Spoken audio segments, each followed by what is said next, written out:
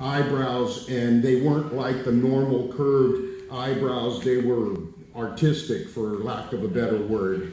And he comes in and he wants a job. And so I meet with him, and he says, "Oh, I already know." Because he looked around my office and he saw Marine things. I'm a retired Marine. And he saw these, hoorah, thank you very much.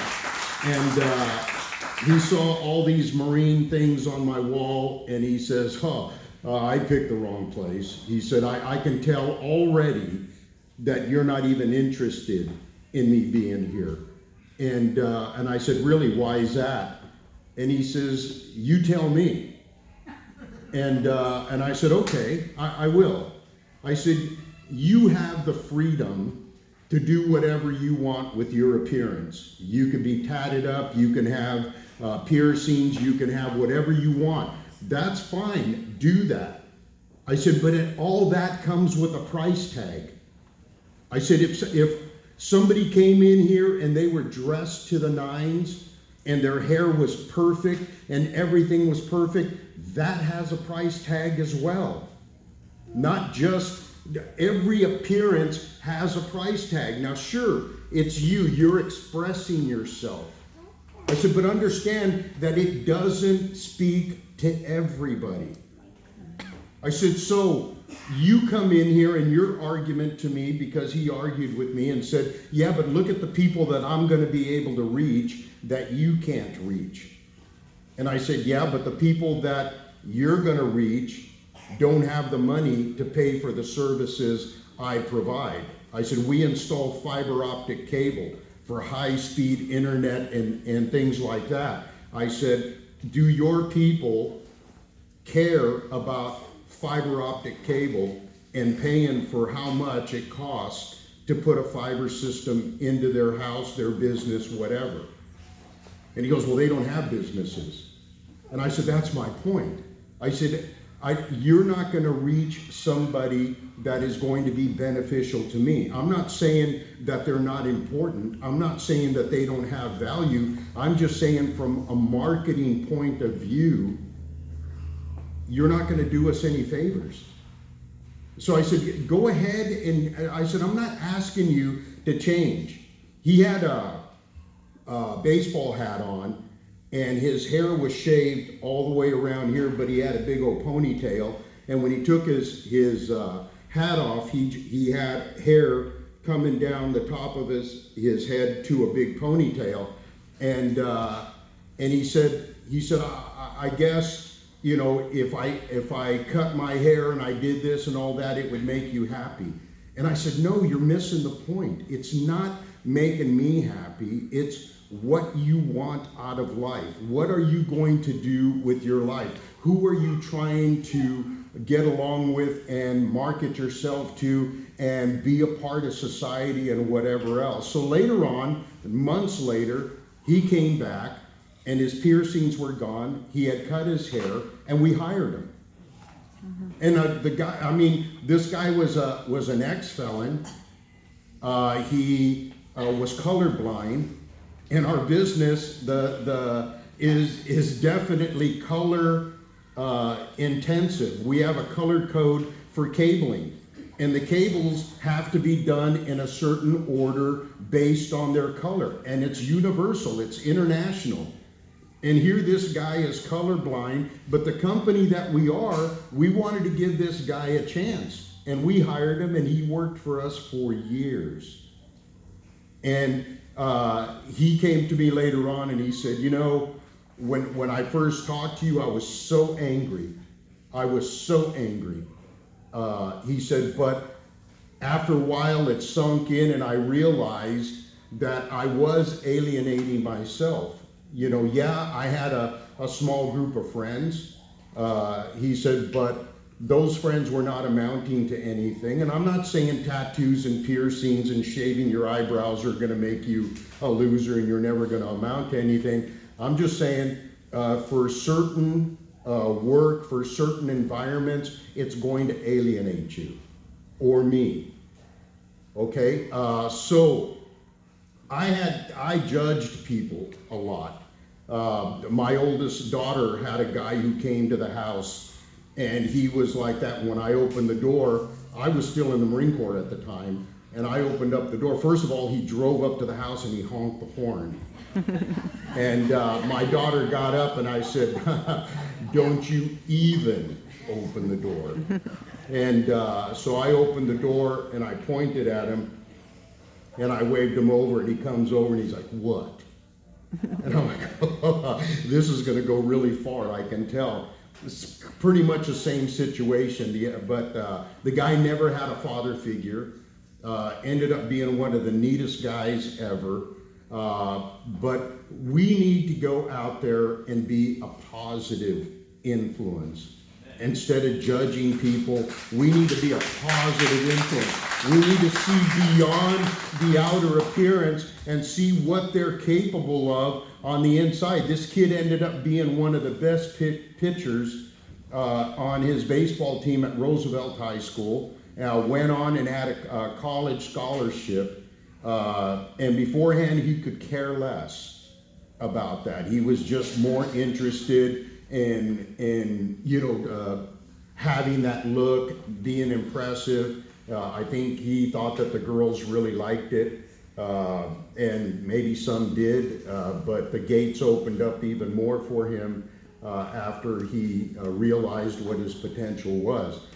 Years ago, there was a song called Reach Out in the Darkness. Back in the 60s, 70s, some of you might remember that song. A few weeks ago, my older brother and I drove to Las Vegas to meet my younger brother, and I have an iPhone, and I have a selection of music on the iPhone, and my oldest daughter said I should call it Dan's Jams. So I did, and I was playing it, and my brother is phenomenal for knowing songs, knowing who performed the song, when it was performed. He was even on an international radio show competition, and he didn't end up winning, but I think he took second place or whatever nationwide. It was amazing. But the song was Reach Out in the Darkness, and the lyrics of the song, one of them said, I met a man that I did not care for. And then one day, this man gave me a call. We sat and talked about things that were on our mind, and now this man, he is a friend of mine. And many times we need to see past the outer appearance. Sometimes we judge without even giving people a chance. We don't know what's going on in their life. Have you ever sat at an intersection and you're at a stoplight and there's lanes of traffic all around you, and you look around at the people inside the cars? You ever wonder what is going on in their life? What are they experiencing? My wife and I went to Stanford because our niece has some serious medical issues, and we had gone down there. She was having surgery, and we were in the family waiting room, and there was a younger family in there, and there was the mom and dad, and then the daughter who was married to this gentleman, and the gentleman was having a routine surgery. And I remember them all laughing. We were all laughing, joking, talking, all these different family conversations going on throughout the waiting room.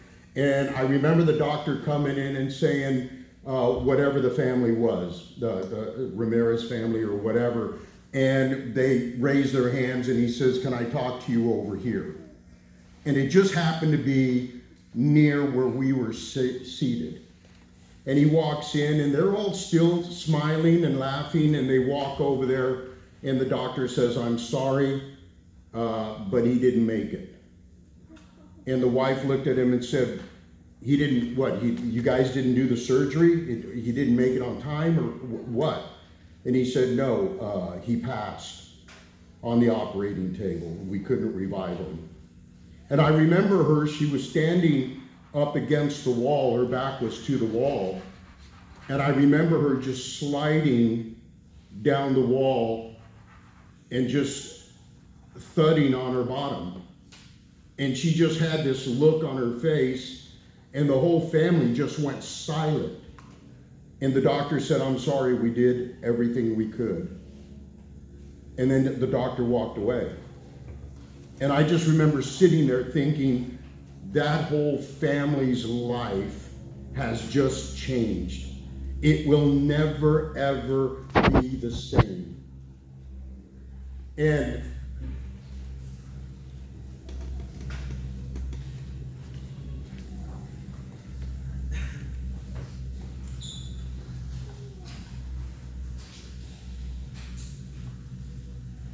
I remember getting up and walking to the opposite side of the waiting room, looking out the window. And we were stories up. And I remember just seeing people walking in and out of the hospital and cars driving by. And I'm thinking, the world has no idea what just happened to this family. Life just goes on, except for this family. And I can't get that picture out of my mind. They probably had their whole future planned out. You could tell they weren't married that long, maybe 4 or 5 years max. I don't know if they had kids or not. I just remember that being such a shock and unexpected.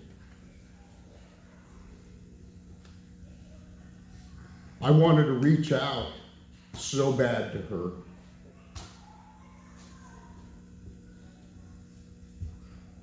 And they just left. I didn't get the chance. I had to stand by the window and I just prayed that God's comfort, God's peace, God's strength would find its way into that family. I hoped that he had Christ in his life. I hoped she had Christ in her life. I can't even imagine what it's like to lose a loved one and not have Christ in your life. I had to do a funeral for our church once. The senior pastor asked if I would go do this funeral, and the executive pastor went with me because he didn't like doing funerals. So he went with me and I did this funeral and I met with the family. I always like to meet with the family first. And I like to get stories about the person. I like to find out, was there a favorite saying that they liked? Was there a saying that they said wrong all the time, but they always said it? I had a friend of mine who used to say, "Oh, that just irrigates me." And I'm like, wow, okay. I wanted to tell her, no, it irritates you, not irrigates you. There's a difference. But anyway, so I always like to meet with the family. Well, this family told me, I don't want it to be preachy. She doesn't believe in God, or she didn't believe in God. She didn't like Bible verses. She didn't like prayer. She didn't like this. She didn't like that. So I did the funeral. And after the funeral, the family came up to me very angry and said, "We did not appreciate the way you eulogized my sister." And I said, "I'm sorry, I meant no offense. Did I say something wrong?" They said, "Whatever happened to she's in a better place? Not once did you say she's in a better place." And I said, "How am I to believe that she's in a better place? You specifically told me that she does not believe in God, that she didn't want prayers or Bible verses in her eulogy. I said, how am I supposed to say she's in a better place? And the guy said, because it's comforting. And I said, okay. I said, I'm sorry. I meant no offense. And the conversation went on, and there was no way I was going to recover from that. And I remember we got in the car and drove away, and the executive pastor said, whew, I'm glad that was you and not me. And I'm thinking, yeah, pal, I wish that was you and not me. But my mother-in-law was one of those people who did not see bad in people.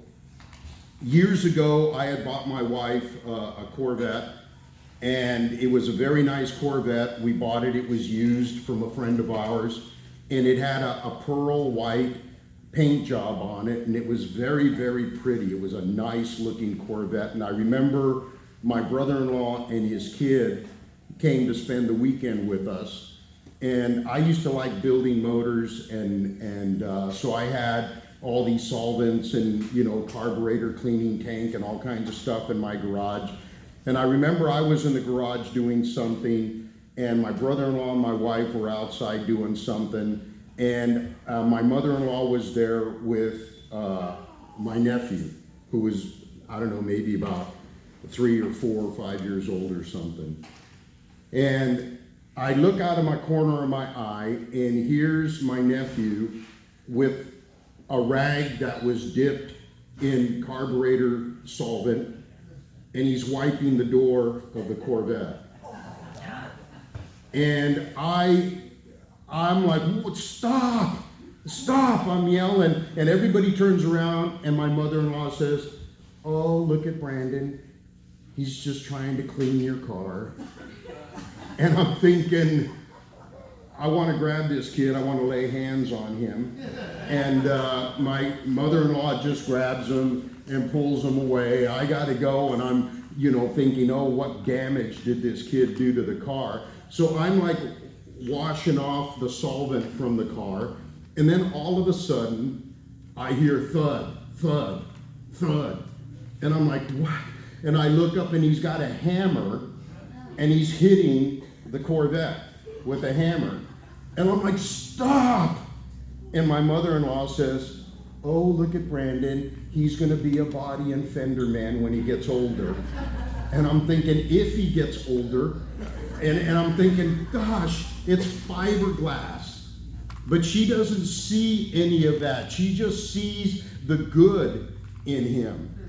I'm a Marine. I got other ways that I could handle this situation. But my mother-in-law just sees the good in everything. We've heard never judge a book by its cover. But how many of us really, really pay attention to that? How many of us have really heeded that advice? Jesus said, in Matthew, it says, you have heard it said to love thy neighbor and hate your enemy. But I say, but Jesus says, love your enemies, bless those who curse you, do good to those who hate you. That is hard to do. How many of us can really, really do that? If somebody hates you, can you love them? Can you forgive them? Jesus is hanging on a cross after being pierced with a spear, after getting a crown of thorns, after getting his beard yanked off his face, after being given vinegar on a sponge when he was thirsty. And what does he say? God, forgive them, for they know not what they do. Unbelievable. Here's a man who had the ability, and they're joking, they're saying, hey, if you're the Son of God, if you're the King of kings and all, bring down your angels. Bring your angels down. Let's see what they can do against us. Ha ha ha. They're all laughing. Little did they know that he could have done that. But he didn't. Instead, he asked God to forgive them. When Abraham Lincoln was a struggling lawyer, this is prior to him becoming president, he was employed on an important case. The fee was large, and he journeyed to a distant city for a consultation with the other lawyers on the case. It was so big, they had so many lawyers on this. One of the lawyers caught a glimpse of Lincoln as he came into the reception room, and that lawyer said, "What is he doing here? Get rid of him. I will not be associated with such a gawky ape as that." Lincoln pretended that he did not hear him, though he knew the insult was deliberate. In spite of his mortification, he went downstairs where he met with a group of lawyers. Then all went into the courtroom. As the trial got underway, Lincoln was ignored. He did not even sit with the other lawyers. The lawyers that had so rudely insulted him ended up being a brilliant defense for the client. His logic was masterful. His handling of the case held Lincoln so spellbound, and that lawyer won the case, and Lincoln said, "His argument was a revelation to me. I have never heard anything so finished and so carefully prepared. I can't hold a candle to this lawyer. I'm going to go home and study law all over again." And time passed. Lincoln became president of the United States, and among his most outspoken critics was this one lawyer who had insulted him, so sorely wounded him. But Lincoln never forgot that that lawyer of brutal words was also a lawyer of a brilliant mind. When Lincoln selected a man for the vital post of Secretary of War, he chose Edwin M. Stanton, the one who verbally wounded and insulted Lincoln. Only a man of Lincoln's character and forgiving spirit could have risen above Stanton's insults. Later, Lincoln lay dying, the victim of an assassin's bullet. When Lincoln's eyes finally closed for the last time, Stanton, filled with inconsolable grief, said, "Now he belongs to the ages." Stanton developed a love and a respect for Lincoln after he had so verbally abused and humiliated him. Lincoln, seeing past that verbal abuse and humiliation, knew of this man's potential and said, "Hey, beyond maybe what the guy thinks of me, I know he is best to be Secretary of War." During this time of civil war, North against the South, the freedom of slaves, and he knew this guy's value in that. If anybody could pull it off, it was going to be Stanton. In time, Stanton saw beyond the so-called gawky ape features of Lincoln and realized his value, developed a love for him to the point that he just cried uncontrollably and said, "Now Lincoln is going to the ages." We are to love, and it's not an option. There are so many people out there who are depending on us to lead them in the right way, the right path. I've many times said that it reminds me of being a parent or a grandparent, probably not so much a grandparent, and you'll hear why. And some of us have been babysitters at one time or another, and we realize that young people and babies don't know danger yet. They don't know what it's like to pick up a bobby pin and stick it into a wall socket. They'll do it once, But if we see that happening, we'll run to them and say, no, no, no, no, no, no. And pick up that child and take away that bobby pin or whatever they're going to stick into a wall socket. Because we know what's going to happen. So we spared them from pain. We spared them from a tragic situation. And their life is better for it. We know what's in store for them if they do that. We as believers know what is in store for the non-believer. We know just because they don't believe it, just because they don't know it, doesn't mean that we shouldn't pursue changing their mind, or helping them, or educating them, or leading them in the right direction. It is important for us to be that person who speaks to the non-believer. And again, that is not an option. We can't sit there and say, oh, I serve God through worship. I serve God through my tithes and offering. I serve God by cleaning up the church. That's all good. Good, great, fantastic. Keep that up. But are you obeying God when Jesus said, go out and share the gospel and make disciples out of people? Are you obeying that? Are you doing that? That is what God holds us to. What would possess us to do that? Love. You know, love is the number one word that is looked up in the Bible today. Love. Love is looked up more than any other word in the Bible. I read that. Of course, I wrote it down first and then I read it. No, it's in a study when I was preparing. It is the number one word that is researched in the Bible. But love possesses us to do things we wouldn't ordinarily do. Amen. Many of us, when we were young men, fell in love.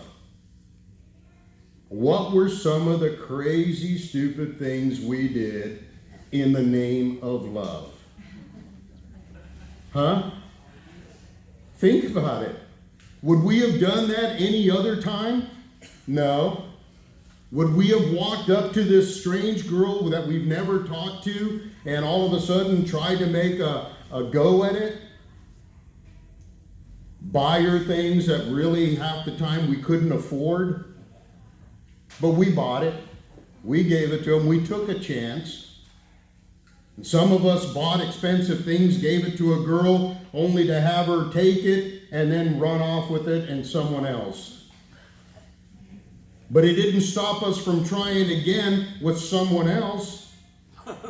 Right? Right. Love. Love made us do these things.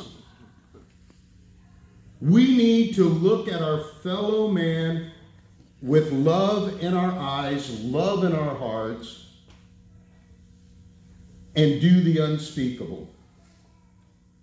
Get out of our comfort zone. Go out there and do the Father's business. Maybe we don't do it because we feel we're inadequate. Maybe we don't do it because we feel that we're not prepared enough to do it. Maybe we don't do it because we just don't feel motivated to do it.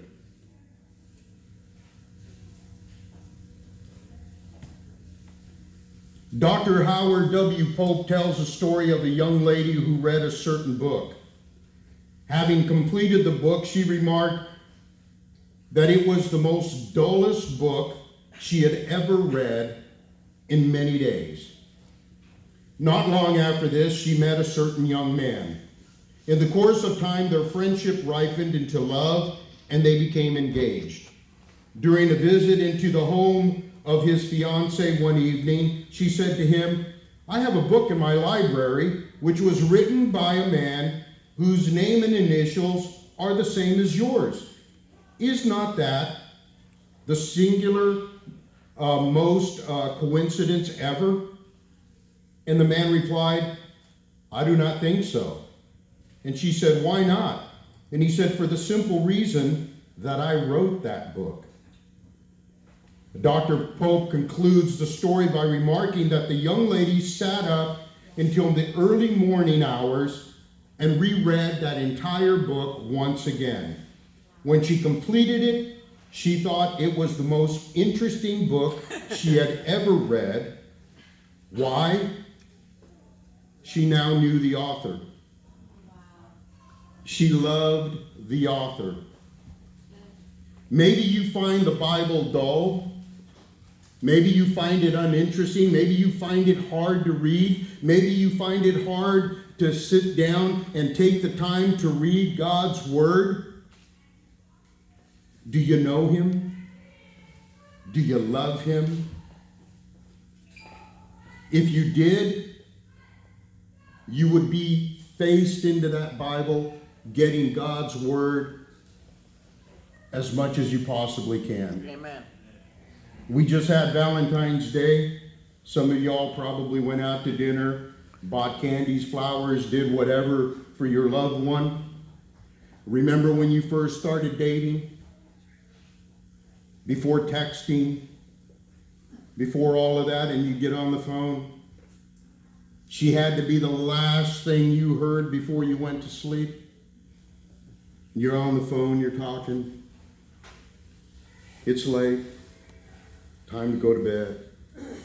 Good night. Good night. Hang up. No, you hang up. Y'all know. Y'all looking around, you know that. Huh? You hang up. No, you hang up. Okay, we'll hang up together. 1, 2, 3. You didn't hang up. You didn't either. You're still on there, right? It's like the hardest thing to hang up. You want that voice to be the last voice that you heard before you went to bed. And then what happened when you got up? Call back up again. How'd you sleep? Oh, I thought of you. Huh?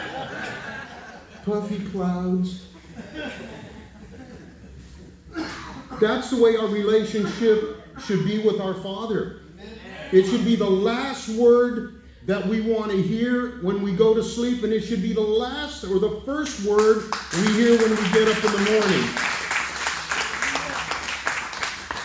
I get up in the morning, and when my feet hit the carpet, the first thing I say is, "God, thank you for another day. This day is yours. Do with me what you will." I want to be conscious of opportunity out there. I want to be able to make a difference in people's lives. I want to study myself approved before God, that I could present the gospel in a way that is understanding and receptive to the people that I share the gospel with. And there's people I can reach, and there's people only you can reach. I can't reach some of the people in your circle because they judged me, but they know you. Only you can bridge that gap. And if it's good enough for you, isn't it good enough for your best friend? How many of you have friends that are non-believers? Why? Why do you have friends that are non-believers? They're your friend. What is a friend? You should want to make sure that that person has their name engraved in the Lamb's book of life. When they pass on, you ought to be able to comfortably say, they're in a better place today. That's where we grab our strength. Those people need you. Those people They depend on you. They don't know it, but they do. Can you imagine if your friend passed? Like the story in the Bible where the servant and the master is in hell and he's looking up in heaven and he sees the servant up there and he says, oh, if you could just dip your finger in water and just give me a drop of water from your finger.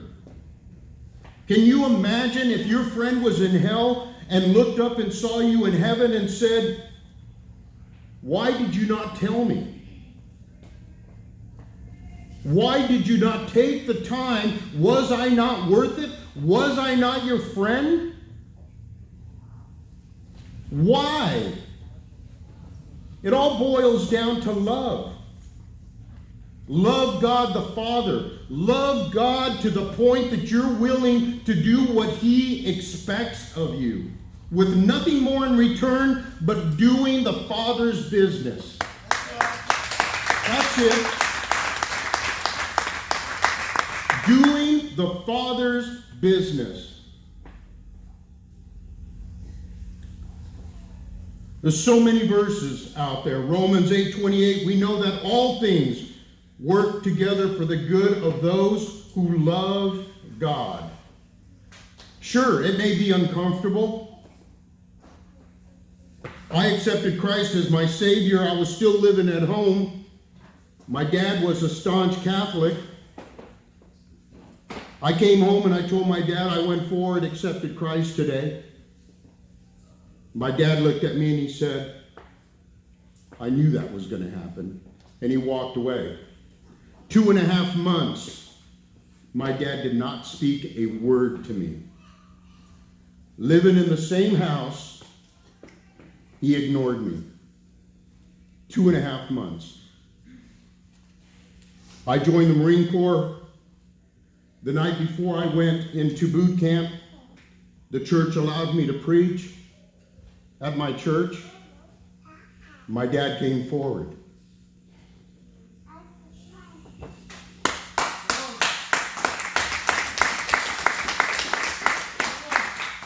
He accepted Christ, got cancer, died of cancer. But my dad and I had the most intimate times. He would ask all my brothers and sisters to leave.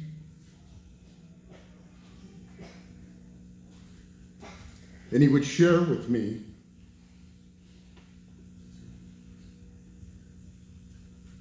how he was so looking forward to spending time with Jesus Christ.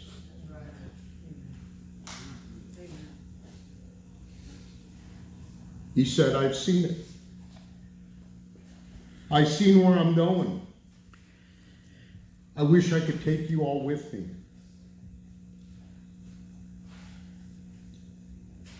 I remember standing there next to my dad.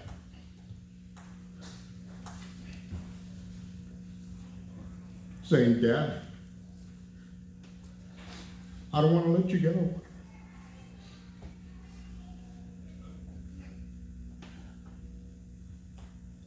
And he thanked me for leading them to Christ.